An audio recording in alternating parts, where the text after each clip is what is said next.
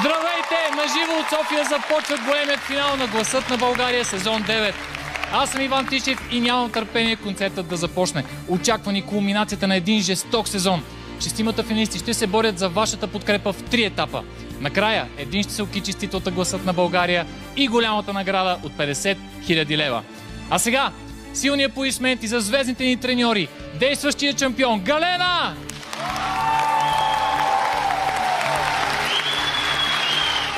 Дара!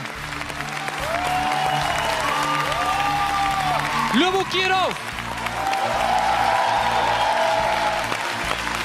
И трикратният победител мастър Иван Лечев! Уважаеми треньори, всичко е готово да сложим точката в този невероятен сезон. Ето как ще стане това. В първият етап шестимата финалисти ще изправят